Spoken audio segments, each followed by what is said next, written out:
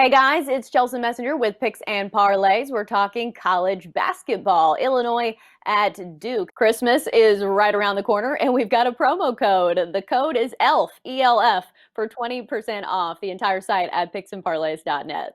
A top 10 matchup and one of the better games on the board for college basketball on this day. Duke is favored -4. The total is 147.5. The Blue Devils 2-1 on the year, but 0-3 against the number.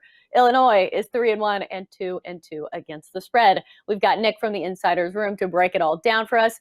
Nick, what jumps out to you when you see these two teams matched up? Well, all of Illinois' wins have come at home. It started off 3-0, relatively easy victories over North Carolina A&T and then Chicago State, and then it barely scraped by Ohio 77-75 as a 15.5-point favorite. It then lost outright to Baylor in its last game, 82-69. That was on a neutral court. Really, for all intents and purposes, this is Fighting Illini's first true road game of the season. You mentioned Duke. It's 2-1 straight up, but 0-3 against the spread so far this year. It beat Coppin State 81-71 at home, and then it inexplicably fell to Michigan State at home, 75-69, and then it pulled away for a 76-54 win over Bellarmine last time out, but it was unable to cover the large 30-point spread. Duke has not hit the road yet, but it's going to in its next game. That's 8 days from now. That's at Notre Dame. And so that does put a little added incentive onto this contest at home here. And really, it's an opportunity to sort of bounce back. This is sort of a yardstick game for sure after that loss to Michigan State. The Illinois' top scorer, Ayo Dosunmu. Sorry, I'm really horrible with names, as everyone here now knows. But he's averaged 24 points and 6 assists. He's been good. Kofi Cockburn, he's another real standout for the Illini. Duke has a big freshman class here. They're younger. They're starting to look better after a few games here, especially Matthew Hurt. He scored in double digits in all 3 of Duke's games. He's looking a lot more confident than he did in his freshman season. And I actually think that he's going to be a big difference maker in this game. But the bottom line, Chelsea, is I just don't think that Illinois is quite as good as its early numbers indicate. It's already stumbled against some better teams this year. And so I think that's going to be the case again. I'm laying the short points, Chelsea.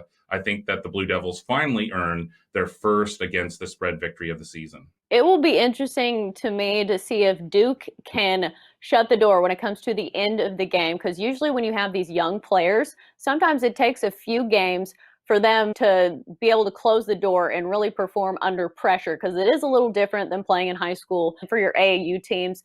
I will say Duke does not have the home court advantage that it normally does. No Cameron crazies. It's just the Cameron crazy cardboard cutouts to last season. But also, I think it's worth noting, like you mentioned about the spread, Duke had some really big numbers to cover. I believe 2 of those 3 against the spread losses were 30-point spreads, and then that one loss against Michigan State, which I think Michigan State is one of those teams that's going to be a contender come this March if we do have a tournament.